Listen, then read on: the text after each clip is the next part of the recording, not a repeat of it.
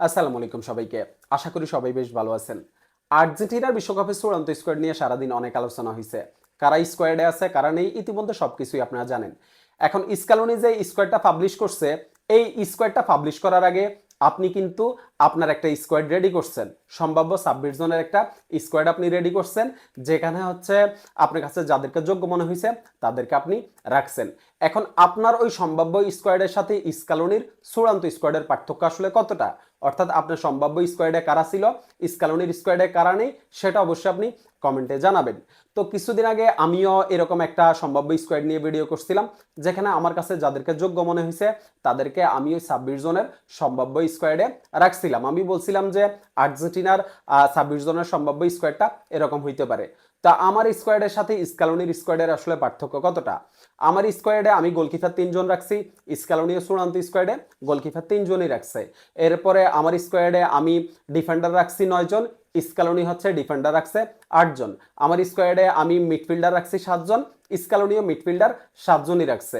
আমার স্কোয়াডে আমি ফরওয়ার্ড লাইনে রাখছিলাম হচ্ছে 7 জন, কিন্তু স্ক্যালোনি রাখছে 8 জন। পার্থক্য আমার এতটুকু স্ক্যালোনির সাথে যে আমি একজন ডিফেন্ডার বেশি রাখছি, স্ক্যালোনি হচ্ছে একজন ডিফেন্ডার কম রেখে একজন ফরওয়ার্ড লাইনে প্লেয়ার হচ্ছে বেশি রাখছে।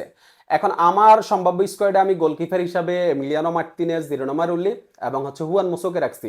স্ক্যালোনিও সেম এই 3 জনকেই রাখছে। ডিফেন্স লাইনে আমি যে 9 জন ডিফেন্ডার রাখছি, তার মধ্যে হচ্ছে মার্কো সেন্সিকে আমি রাখছিলাম, কিন্তু স্ক্যালোনি মার্কো সেন্সিকে স্কোয়াডে রাখে নাই। স্ক্যালোনি মার্কো সেন্সিকে বাদ দিয়ে হচ্ছে 8জন ডিফেন্ডারকে হচ্ছে স্কোয়াডে রাখছে।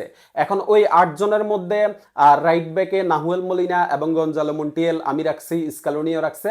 লেফট ব্যাকে আমি নিকোলাস ট্যাগলিফিকোকে রাখছি, মার্কোস একুনাকে রাখছি। কিন্তু স্ক্যালোনি হচ্ছে এখানে নিকোলাস ট্যাগলিফিকোর সাথে হচ্ছে ফাকুন্দো মেদিনাকে রাখছে। আমার সাথে স্ক্যালোনির পার্থক্য এই যে লেফট ব্যাকে একজন।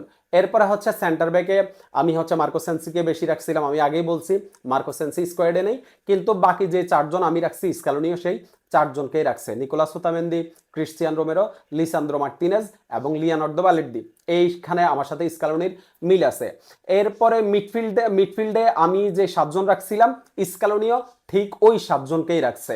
আমি হচ্ছে ম্যাকালিস্টার, এরপরে Enzo Fernandez, Leandro Paredes, Rodrigo De Paul, Exequiel Palacios, Valentin Barco এবং লোসেলসো, আমি এই 7 জনকে রাখছি। স্ক্যালোনিও এই 7 জনকেই রাখছে। ফরওয়ার্ড লাইনে আমি হচ্ছে 7 জন রাখছিলাম, স্ক্যালোনি 8 জন রাখছে।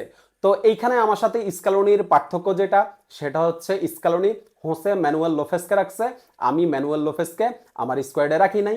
এছাড়া ফরওয়ার্ড লাইনে যে 7 জন আমি রাখছিলাম, সেই 7 জন স্ক্যালোনিও রাখছে।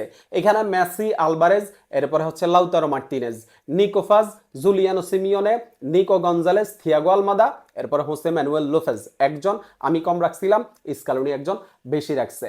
তো আমার যে স্কোয়াড, ওই স্কোয়াডের সাথে স্ক্যালোনির স্কোয়াডে পার্থক্য আসলে 2 জন ফুটবলার, একজন হচ্ছে ফাকুন্দো মেদিনা, এরপরে একজন হচ্ছে হোসে লোফেজ।